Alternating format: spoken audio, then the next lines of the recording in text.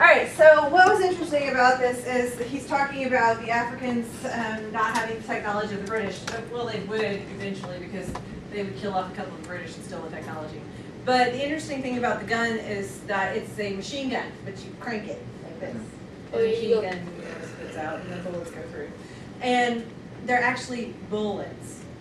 So if I'm shooting at Colby with the old-fashioned gun, it's a little muzzle, musket ball. I've got a 50-50 shot of hitting Colby. I'm probably not going to end up killing him because, I'm going to go this way, Jacqueline's in trouble, or, whatever. It's going, James in serious trouble over there. So, it's probably not going to go where I wanted to. But on, the other hand, if I'm just shooting at a huge group, I don't really care. But with this new machine gun, one guy and another guy feeding in bullets can sit there and just pretty much mow down this whole group because all they've got is spears, maybe 6 foot long, but if I'm just, it doesn't matter, right? So that was awfully bloody. It's probably not the best way to pursue a war if you're the Africans. Great if you're the British. Why would you go up against a machine gun with spears? And anything else. Smart one. Until they killed enough of the British people that they could get one, right? Because he said they had them, they could effectively, use them too. They just had to kill off the British soldiers manning it, and then they could have it, right? Happens with war. The cannons in the Civil War were the most effective things. What's the chance of them getting to the machine gun without dying? Well, I'm going to get a bow and arrow. And they can throw spears pretty good. Yeah, bows and arrows are pretty darn effective, even if the guy's got a gun. If you can, shoot him down and there's only 2 of them there, well, they're sunk anyway. So, he's getting ready to do the chair thing. And did you watch the last one who did the cinnamon challenge? Yeah. Oh my gosh. Don't try that, it's bad. I did it one time, man, it sucks. It does. It's bad. It's really bad. Time for the open letter, and my chair is back! An open letter to Hiram Maxim. But first, let's see what's in the secret compartment today. Oh, it's Darth Vader. What a great reminder of imperialism. Dear Hiram Maxim, I hate you. It's not so much that you invented the Maxim machine gun, although obviously that's a little bit problematic, or even that you look like the poor man's Colonel Sanders. First off, you're a possible bigamist. I have a long-standing opposition to bigamy. Secondly, you were born an American, but then became a Brit, thereby metaphorically machine gunning our founding fathers. But most importantly, among your many inventions was the successful amusement park ride, the captive flying machine. Mr. Maxim, I hate the captive flying machine. The captive flying machine has resulted in many a girlfriend telling me that I'm a coward. I'm not a coward, I just don't want to die up there. It's all your fault, Hiram Maxim, and nobody believes your story about the light bulb. Best wishes, John Green. Alright, so here's... Okay, so I know that you're going, Darth Vader. Wait, light bulb? What did you do about there? Because they called themselves the Imperial Stormtroopers. Well. So the next time you watch Star Wars, you're going to be like, oh, look, it's England, they're taking over everybody. That's exactly what they did. The Empire took over everybody, and they basically said, you're going to do what we say, and if you've watched the early versions of Star Wars, the New Hope and all that kind of stuff, then you're going to go, oh, look, the Empire came in, they had a Senate, they got rid of the Senate, and Darth Vader and the Emperor took over, and now you're watching the American Revolution through laser guns. Right? Have you got that point? Have you paid attention to Star Wars enough to go, oh look, it's the American Revolution? I'm not the only one. I think my husband says I'm the only person in the world that does this. I'll read one of those sci-fi or fantasy books and I'll be like, ooh, what history event are they basing this off of? Yeah, you're the only person. Because I'm like sitting there going, ooh, ooh, ooh. Because history's much worse. Like, Game of Thrones is based on the War of Roses. All they did was add magic. It is the story. It's got the same names, the same people. Even the little guy, he's in the story. He's real. He was a real person. The Lannisters were a real group of people. So that's exactly what they did with Star Wars. They just took over. Well, it could have been Australia, could have been the Americas, could have been India, could have been Africa. Pretty much any of them, or all of them. But anyway, that's basically what he's talking about. That's why they pulled out Darth Vader out of the secret compartment.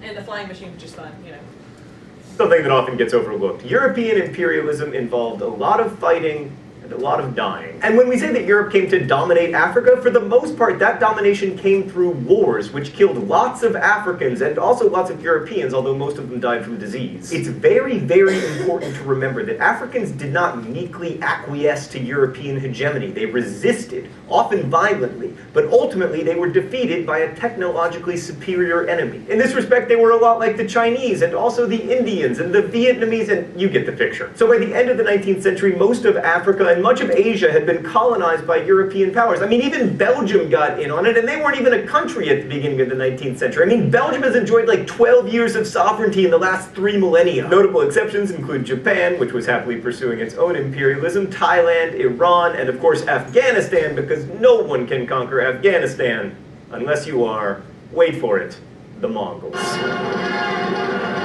It's tempting to imagine Europe ruling their colonies with the proverbial topaz fist, and while there was always the threat of violence, the truth is a lot more complicated. Let's go to the thought bubble. In most cases, Europeans ruled their colonies with the help of, and sometimes completely through, intermediaries and collaborators. For example, in the 1890s in India, there were fewer than 1,000 British administrators supposedly ruling over 300 million Indians. The vast majority of British troops at any given time in India, more than 2/3, were in fact Indians under the command of British officers. Okay, so I want you to think about it this way. So in our school, there are how many teachers about? A lot. About like Seven? 10? 7? About 10 of us at any given time. There are about 10 of us here. Okay, so if there are 10 of us, how many are you? How many kids are there? 200? 200 kids. Okay, so if I'm thinking about this really, really, really hard, there's no way that we should be able to maintain control, right? 10 of us, 200 of you. So we can't overpower you every time. Yeah, I mean you could, but then why do we have control? Because you let us. You allow it. Same thing happens. What? So Oh my if god. I wanted to, I could like start something and then like bust us all out of school whenever I wanted to. But then the problem is, could you get everyone to follow you? Yeah. No. Because here's the point. Here's the point. It's exactly the same thing as the British were doing. So, you may want to do that, but then there are enough kids here that are here that have come over to the dark side. And they're going to, follow whatever mandates are set out by the authority. Well, the authority ultimately, even if Britain is ruling through, a student council, if you will, even if they're ruling through that student council, the ultimate authority is the British. Here, the ultimate authority is, Mr. Rollins. So he sets out a set of mandates, we follow those mandates, and in turn, you follow those mandates. Well, the same thing happens pretty much all over the place. Until you get a group of people that no longer wish to follow those mandates, and Isaac, if he could get enough people to follow him, then yeah, he would be the American Revolution all over again. Because really, if you think about what they just said, how many British troops were really in America? Thank you. A few. Do you know who manned most of the British troops, most of their, things? Americans. So you had a whole bunch of Americans that were filling the ranks of the British troops because they weren't going to send a whole bunch of British people over here. They want those, they're spread all over the globe. They've got British troops in India, British troops in China, Africa, islands all over the, South Pacific, Australia, the Americas, Canada. Do they have enough to put a major force anywhere? Besides they're fighting a war with France at the same time. So no, they don't really have enough to put troops everywhere. So they have to rely on the population that's there to support them. So when we came back and said, no, we won't do this, then the British really didn't have a whole lot of say in it. They pushed troops over, right? It took them about 4 months. So they pushed troops over and they relocated troops to us, but by that time, I mean, we had already grabbed a whole bunch of the major places, we'd gotten our stockpiles, it was pretty much hard for them to do anything about it. So the same thing is going to happen in other places, but by the way, they did learn a valuable lesson from the Americas in our revolution. Right?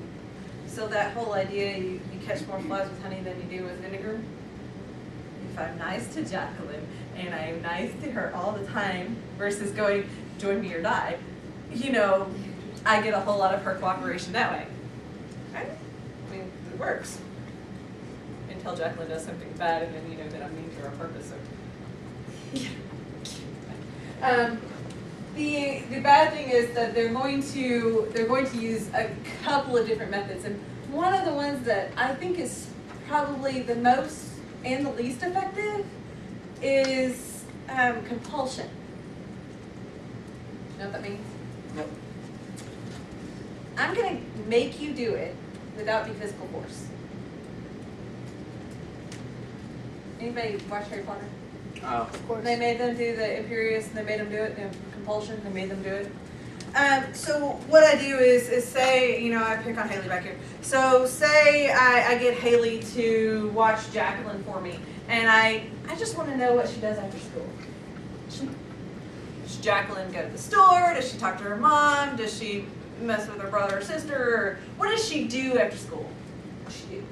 And Haley's like, why do you want to know that? It seems kind of weird, but okay, you know, because I'm not doing anything with the knowledge. I just want to know, curiosity. So I say, great. Haley goes, finds out, and she comes back. I hand her $50, and we're done. Right? At least as far as Haley's concerned. A week later, I come back. Hey, Haley, I want to know some more information about Jacqueline.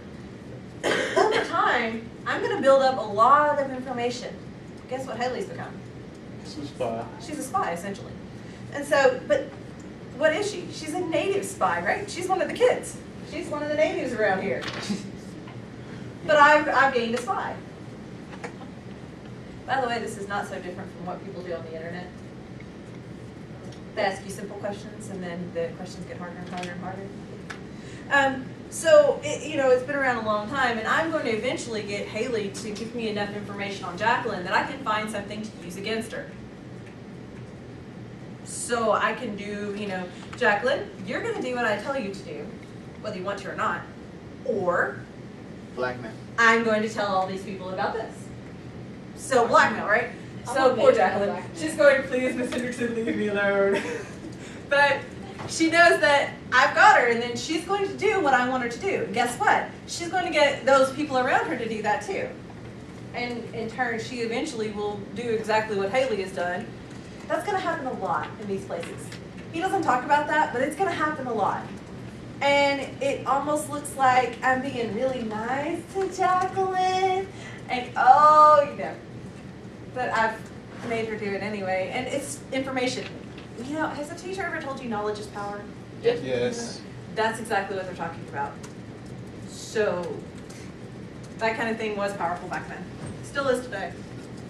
Because of their small numbers relative to local populations, most European colonizers resorted to indirect rule, relying on the governments that were already there, but exerting control over their leaders. Frederick Lugard, who was Britain's head honcho in Nigeria for a time, called this rule through and by the natives. This worked particularly well with British administrators, who were primarily middle-class men, but had aristocratic pretensions, and were often pleased to associate with the highest echelons of Indian or African society. Now, this isn't to say that indigenous rulers were simply puppets. Often they retained real power. This was certainly true in India, where more than a third of the territory was ruled by Indian princes. The French protectorates of Morocco and... Okay, so by the way, for Spain trip, so here's Spain, there's Morocco, we're going to right there. That's where we're going. On the Spain trip. On the Spain trip, so we're going right across there, so we can go, woohoo, we've been to Africa. Are we We'll gonna? be there 8 hours, but Wait, we're gonna go to Across Africa? the Strait of Gibraltar? Or are we gonna? We're actually gonna cross the Straits of Gibraltar. Yeah, like are we going to go through a boat or like? Yeah, we're gonna fly? get on a boat. Okay, and cool. We'll take a ferry across, and the big Prudential Rock is there, right? So, yeah, we'll cross that, and then we'll go in there. If you don't know what I'm talking about, this Prudential Rock, you need to go look it up. But anyway, we're going right there. We'll start out here and go around in here, up to here, and then back down and all the way across, and then we'll come back here and we'll fly home. So, just thought you'd want to know, and if you didn't know where Gibraltar was, there it is, and you need to know it for geography. Dang, that is Tunisia were ruled by Arab monarchs, and the French also ruled through native kings in Laos, Cambodia, and Vietnam. For the most part, Europeans could almost always rely on their superior military technology to coerce local rulers into doing what the Europeans wanted, and they could replace native officials with Europeans if they had to, but in general, they preferred to rule indirectly. It was easier and cheaper. Also less nuanced. Thanks, thought bubble. So while we can't know why all native princes who ruled in the context of European imperialism put up with it, we can make some pretty good guesses. First of all, they were still rulers. They got to keep their prestige and their fancy hats, and to some extent their power. Many were also able to gain advantages through their service, like access to European education for themselves and for their children. Mahatma Gandhi, for instance, was the son of an Indian high official, which made it possible for him to study law in England. And we can't Okay, do you know who Mahatma Gandhi is? Yes. Okay, who's Mahatma Gandhi? The guy that inspired Martin Luther King. He is the guy that inspired Martin Luther King. If you do Chavez, he's also the guy that inspired Chavez. Yeah. So it's that civil disobedience. He was opposed to British rule in India. And so he would go on these hunger fasts and he would not eat, not eat, not eat. And finally the British would give in to him. And finally he got independence. He got what he wanted. He finally broke the British down until they gave in to his demands. So if you go, a lot of times in schools, you'll see the phrase on the board or somewhere in the hallway that says, "Be the change you wish to see in the world." That was his phrase. That was his famous tagline that he had. So if you are curious, sometimes you don't know who he is, you might look him up. He's pretty good, especially if you like Martin Luther King. Then you ought to look him up because he's interesting, because he's obviously a big influence on him. Look, the sheer practicality of it. The alternative was to resist, and that usually didn't work out well. I'm reminded of the famous couplet, "Whatever happens, we have got the Maxim gun, and they have not." But even with this enormous technological advantage, it wasn't always easy. For example, it took 25 years from 1845 to 1870 for the British to fully defeat the Maori on New Zealand, because the Maori were kick-ass fighters who had mastered musketry and defensive warfare, and I will remind you, it is not cursing if you're talking about donkeys. In fact, it took them being outnumbered 3-1 with the arrival of 750,000 settlers for the Maori to finally capitulate. And I will remind you that the rule against splitting infinitives is not an actual rule. Those of you more familiar with US history might notice a parallel between the Maori and some of the Native American tribes like the Apaches and the Lakota, a good reminder that the United States did some imperial expansion of its own as part of its nationalizing project in the 19th century. But back to Africa, sometimes African rulers were so good at adapting European technology that they were able to successfully resist imperialism. Ethiopia's Menelik II defeated the Italians in battle, securing not just independence but an empire of his own. But embracing European-style modernization could also be problematic as... Okay, so what he was just saying about the Ethiopian king is that this Ethiopian king got to know what the Europeans were doing so well that he was able to reproduce it himself. I don't know what you want to say about that other than he figured out what imperialism was, how to use it, and he successfully fought off the European invaders for his country, and then turned around and became just as bad as they were. Mine, mine, mine, mine, mine, right? You know, he starts doing that, and he grabs land for himself. Ethiopia is a fairly large place, right? He grabbed a whole bunch of that land. By the way, some of the lands that Sudan has today were part of Ethiopia at the time. He grabbed a whole bunch of land. He held a whole bunch of land. Wow. And he was actually able to stabilize his kingdom. It didn't last very long, but he was able to stabilize it. Yeah. Somebody have a question? Curiosity. We're getting ready to talk about Egypt, which, by the way, you know, still has pretty much English tendencies. Khedive Ismail of Egypt found out during his rule in the late 19th century. He celebrated his imperial success by commissioning an opera, Giuseppe Verdi's Aida, for the opening of the Cairo Opera House in 1871. Giuseppe Verdi, by the way, no relation to John Green. And Ismail had ambitions of extending Egypt's control up the Nile west toward Lake Chad, but to do that he needed money, and that's where he got into trouble. His borrowing bankrupted Egypt and led to Britain's taking control over the country's finances and its shares in the Suez Canal that Ismail had built with French engineers and French capital in 1869. The British sent in 1,300 bureaucrats to fix Egypt's finances, an invasion of red tape that led to a nationalist uprising, which brought on a full-scale British intervention after 1881 in order to protect British interests. This business imperialism, as it is sometimes known, is really at the heart of the imperialistic impulse. Industrialized nations push economic integration upon developing nations, and then... Okay, so copy that down, and we'll talk about what it means. So industrialized nations, sorry, you kind of have to wait. He moves it through really fast. So industrialized nations push economic integration upon developing nations and then extract, it's going to say the resources from them, as they would mine. Basically what this means is that we are going to take what we want and offer monetary exchange. Example, the United States. We approach Mexico. Just pick a country. Sorry, just whatever. We approach Mexico. Obviously, our finances in the United States are better than theirs, right? Do you agree to that? Yes? Yeah, okay. So we say, hey, Mexico, we really want you to make this certain product. I don't know what it is, light bulbs. So we ask them to make millions and millions of light bulbs, and we're going to pay them a lot of money to do it. What's Mexico going to say? Yeah. Sure, all right, we'll make light bulbs. You want us to make light bulbs? We'll make light bulbs. What if they said no? By force. What if they said no? What if they said no to the United States? Do you think we'd still do that? If they said no, they didn't want to do that with our trade? That costs money. I don't want to do that. You know what? It's a whole lot cheaper, and it's not going to hurt us a bit if we go, all right, Mexico, we don't need any of your products. Turn around, walk away. What's going to happen to Mexico? Gonna get poor. It's going to get worse. Gonna get down. Is it going to really hurt us? No.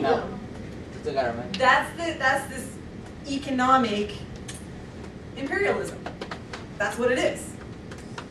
You're going to do what we want you to do, or we're going to ruin you financially. That's not cool. It's the same thing. It just takes us less troops. So another example I gave earlier was, do you know what the first Gulf War was over? Yep. Golfing. So. Horizontal drilling. I don't know. What's horizontal? What direction is that? Show me direction. So that's like 3 minutes. This way. This way. Vertical, Yeah. horizontal. Here we Yeah, go. yeah, So yeah. horizontal here, vertical here. Okay, so this is what was happening. The country of Kuwait, right? It's a little bitty triangle down there right at the Persian Gulf. Iraq is the country right after it. And so Kuwait was drilling down, and then that way into Iraq's oil reserves. That's smart. So down and over. It's kind of like stealing somebody's goldfish.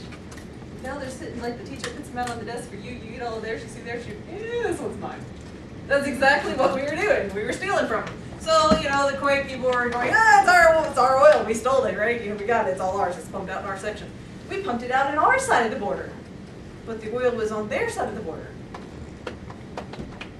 Now, there's still some disagreement over how this was going to work, but it didn't go over well in Iraq, right? What? Didn't go over well. So what did they do? When they couldn't get them to behave and stop doing it, what did they do? Start a war. They invaded Kuwait. Who did Kuwait sell its oil to? Saddam. Us. Yes.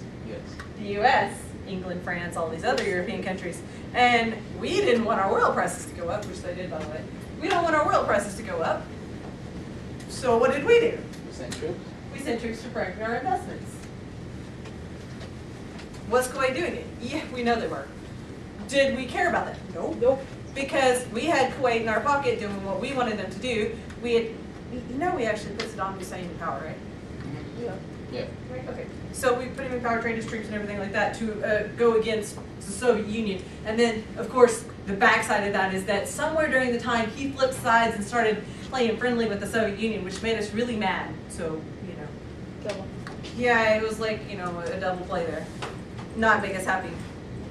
But whether right or wrong, this is exactly what was going on. It's that kind of imperialism. Same kind of thing that we could do to many countries. And we have done. We have an embargo against Cuba. We don't trade with them, although they're working on that right now. We don't trade with Cuba. We don't do anything with them. Who's their major trade partner? Do you know? Nope. Soviets. Well, they trade with Britain, and the Soviet Union is their major trade partner. Well, it's Russia now, the Soviet Union at the time. So we're working on it again, though. All right, so I'm going to stop this here in a few seconds when he's going to put up the extra words. I'm going to try and stop it before he gets through. If I don't, I'll have to play it again. It's really hard. Extract value from those developing nations just as you would from a Oh, go back. Industrialized nations push economic integration upon developing nations and then extract value from those developing nations just as you would from... Okay, M-I-N-E is the last word. So basically what he's talking about is we're going to push these nations that are less developed, less industrialized than we are, and we're going to take what we want money-wise, and then leave. We're not going to take care of them. So we take what we want and we leave. It's exactly what we did in colonies, when we had colonies. And by the way, the United States did and does have colonies. We still have colonies. Yeah. Puerto Rico. Oh, yeah. Puerto Rico is still considered a colony. The U.S. Virgin Islands, still considered a colony. So we have colonies around. The Marshall Islands, in some shape, form, or fashion, is like a colony. We did own them for a while. And after we detonated an atomic bomb, we gave it back to them, going, ooh, sorry, our bad. You know, they gave it back to them. Kind of blew up paradise there. Yep. But yeah, I mean, it's basically the same thing. We take what we want and then we leave it. Sorry, bye, we're done. We have no responsibility for them. We're just economic partners. We have no responsibility for these people. You made the deal. Great, sign on the dotted line. Kind of like a car salesman selling you a limit.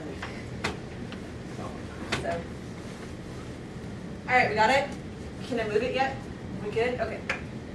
From a mine or a field you owned. And here we see political history and economic history coming together again. As Western corporations grew in the latter part of the 19th century, their influence grew as well, both in their home countries and in the lands where they were investing. But ultimately, whether the colonizer is a business enterprise or a political one, the complicated legacy of imperialism survives. It's why your bananas are cheap, why your call centers are Indian, why your chocolate comes from Africa, and why everything else comes from China. These imperialistic adventures may have only lasted a century, but it was the century in which the world as we know it today began to take shape. Thanks for watching. I'll see you next week. Okay, so basically what he told you at the end there was that today we are interconnected economically. And so all of these different continents, all of these different countries, we rely on each other. So if we don't have our bananas coming in cheap or our coffee, coffee. Have you paid attention to coffee prices lately? Up and down and up and down. Yeah. I mean, the coffee crop, they had a civil unrest in Colombia and coffee prices went through the roof. They had a bad crop, coffee prices went through the roof. I mean, so all of these different things are affecting you and I. We think of it as, oh man, look, that's more expensive. Somebody out there is making these deals and they may or may not be polite in the way that they're making their deals. So they may not take responsibility for what they're leaving behind. By the way, if you actually were to buy the coffee, and there is a coffee company that puts out what they call responsible coffee, if you will, and they pay the farmers a fair price. Most of us don't want to go pay for like the little Starbucks kind of package, $20 for a package of coffee. That's about what it would cost. So if you're looking at your Maxwell coffee, we're doing that economic imperialism, if you will, for that coffee. Although most of us want our caffeine fix. I don't drink coffee, but my husband does. He's very grouchy without his coffee in the morning. So it's that imperialism, that economic imperialism. Okay, the only topic left in here is Australia. And he talked about Australia, not really. Australia is kind of that same thing that happens. Except England had a whole bunch of people that it really wanted to get rid of. Poor people, mostly. And it had a whole bunch of murderers and criminals that it wanted to get rid of. And so it sent them to Australia. Because, you know, that's a useful place to send them. And basically they dumped all these people down there, and you know those movies that are like... Lost? Yeah, I was thinking like Maze Runner, Oh. where they have dropped all the people down there, and they're kind of like criminals, and they don't want them anymore, and you have all these... That's kind of what Australia was. They just dropped all these people down there, like, man, see you later, and walk away from them. And then they had to either make it or not, right? That's kind of what it was. And so they set up their own government. The British set up a government, but it was kind of a strange thing that went on down there. So it wasn't as... as controlled as many of their other colonies. And the Aboriginal people were treated like an animal, literally like an animal. And Australia, that's why I think they're so different. Because they've got that stubborn independence to them because they were dropped down there like that. And the accent that they have is because it was a mix with the Aboriginal language and the English. Yeah, mate, all that kind of stuff. Yeah. So, yeah, the lady who runs next to me at the gym is from New Zealand, and it's awesome to listen to her talk. All right, so if you're looking at that, that's what you're going to find. And if you go through the PowerPoint or the Prezi in here, it's actually going to show you what these look like. Let me get to Australia. You're in here someplace. Go to Australia. You're Africa. After Africa, yep, Africa. India. We did India. They talked about that. There you go, Australia. All right, so imperialism in Australia, yeah, it's really long. It tells you all the facts and the people and all that kind of stuff. And that each one of them looks like that in the PowerPoint or the Prezi. So basically, what they did is my favorite part of this is the British view of Australia as being a landmass capable of holding nothing but criminals. In other words, there's nothing down there they wanted. It was trash land. So guess what they sent there? Trash. The trash of their people. So they sent down there the worst of the worst and the poor people. That's who went. If you couldn't pay your debts and you're sitting in the debtor's prison, you got transportation. If you're lucky. And remember, if you were transported, you had to pay for it. Wow. Yeah, you're already in debtor's prison, so you owe like so much money to your creditors. And now we're going to add to this debt and make you pay to leave England so you don't have to stay in debtor's prison. Although the death rate in debtor's prison was something like 92%. So you had better chances in Australia than you did in debtor's prison because you had to pay for food in debtor's prison. I'm still trying to figure this out. You're no money, have to pay for food, place to sleep, not to get killed, but you got no money. Doesn't make much sense to me, but that's how it was. So taking transportation to Australia for 400 or 500 years, if your family's life going down there, you're probably going to sell yourself into indentured servitude, right? So that's 7 years of labor to pay off your debts. So lots and lots of indentured servants came down. To be quite honest, it was really funny because they would usually go down with the British officers, and then the British officers wouldn't stay, but they get left. So,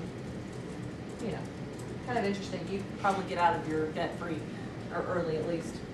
All right, so if you go and watch the last thing in this, let's see what's that. It's going to show you what the world looked like. The claims of colonization is in there. You need to go look for their map sometime. It's got, you can't read it up here, but you can on your screen.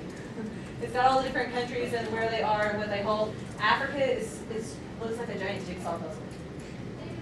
I mean, it really does, because England obviously has got all of this. It's red, right? They've got all everything that's red. So you start looking at that, it's kind of interesting what it looks like. All right, so go watch the last video of Pinky and the Brain at some point, but you're done for today.